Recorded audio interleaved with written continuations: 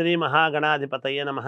ఐం మహాసరస్వత్యే నమః. శ్రీ లలితాంబికాదేవియే నమః.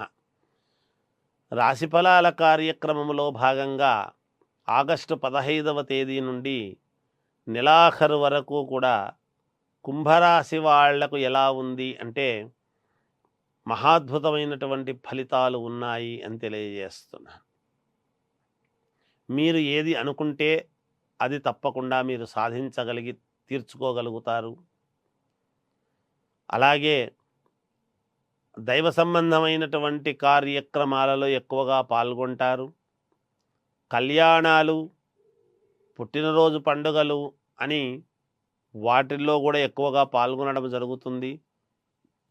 ఏది ఏమైనా సమాజము మీద కానీ కుటుంబంలో కానీ మీ ముద్ర అనేటువంటిది ఒకటి ఉండి తీరుతుంది. తప్పకుండా దానికి అనుకూలముగానే మీ యొక్క నడవడిక ఉంటుంది. మీరు ఆశించినటువంటివన్నీ కూడా మనసులో ఆశించేటువంటివన్నీ మీరు సత్ఫలితాలు పొందే అవకాశము ఉన్నది. ఎప్పటి నుంచో మిమ్మల్ని మర్చిపోయినారు, గుర్తులేదు అనుకునేటువంటి వాళ్ళు కూడా మిమ్మల్ని పిలిచి గౌరవించే విధముగా ఉండబోతున్నది.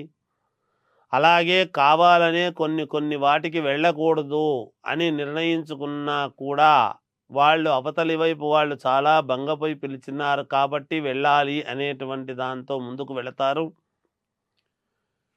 మీ మాటకు విలువ పెరుగుతుంది. మిమ్మల్ని అనుసరించేటువంటి వాళ్ళు ఎక్కువ అవుతారు. మిమ్మల్ని విలువగా చూసి మిమ్మల్ని గౌరవించే విధముగా ఉంటుంది.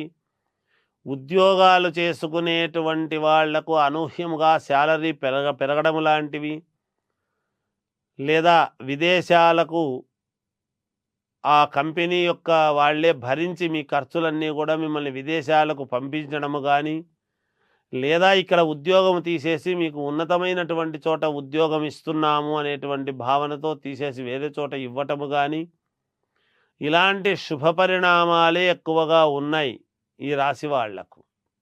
అనేక రకాల యోగాలు జరగబోతున్నాయి కుంభరాశి వాళ్లకు. ఇంట్లో వివాహాలు చేసుకోవటము, అలాగే పిల్లలకు చాలా మేలు జరిగేటువంటి విధముగా ఉన్నది. అలాగే నిర్మాణ సంస్థల్లో కొన్ని చోట్ల మీ ప్రమేయము ఉండేటువంటి దాని వలన అవి సరిగ్గా జరగకపోతే కొంచెము కోప్పడి వాటిని త్వరితగతిన పూర్తి చెయ్యాలి అనేటువంటి ఆదేశాలు ఇవ్వటం లాంటివి జరుగుతాయి. రియల్ ఎస్టేట్ వ్యాపారాల్లో ఉండేటువంటి వాళ్లకు కొంతవరకు మేలుగా ఉన్నది. సినిమా రంగములో ఉండేటువంటి వాళ్లకు చాలా యోగవంతముగా ఉన్నది.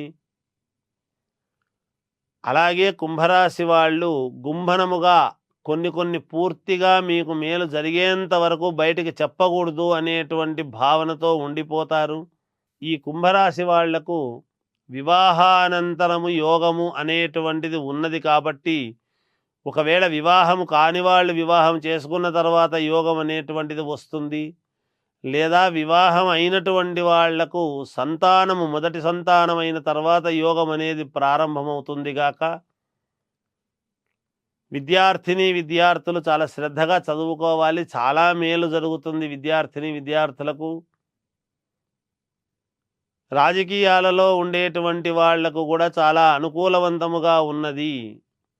ఇంకా మెరుగైనటువంటి ఫలితాలు మేము సాధించుకోవాలి, మాకు మేలు జరగాలి అంటే ఏమి చేస్తే మాకు మేలు జరుగుతుంది అని గనక ఆలోచన చేసినట్టయితే, మీరు అమ్మవారిని ఆరాధించడము, తర్వాత గణపతిని ఆరాధించడము, ఇవి రెండూ చేస్తే తప్పకుండా శీఘ్ర ఫలితాలు అనేటువంటివి మీరు పొంది తీరుతారుగాక. విదేశాల నుంచి పిలుపు రావటము కానీ, లేదా విదేశాలలో ఉండేటువంటి వాళ్ళ వలన శుభవార్తలు వినడము లాంటివి కానీ, లేదా వేరే దేశంలో ఉద్యోగము చెయ్యాలి అని తహతహలాడుతూ ఎప్పటి నుంచో ఆలోచనలు చేసేటువంటి వాళ్లకు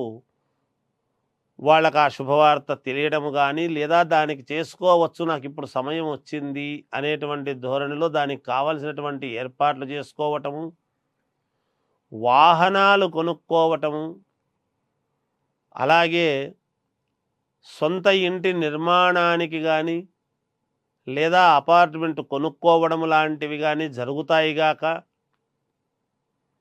ఏది ఏమైనా మా ఆశ నెరవేరబోతుంది అని గుంభనముగా లోపల మీలో మీరే అనుకొని ఏది బయటికి చెప్పకుండా పూర్తిగా దాచుకొని పూర్తి అయిన తర్వాతనే చెబుదాము అనేటువంటి భావనతో మీరు ముందుకు వెళుతూ ఉంటారు గాక కొంత స్తబ్దత, కొంత తొట్రుపాటుతనము రెండూ ఉంటాయి మీలో.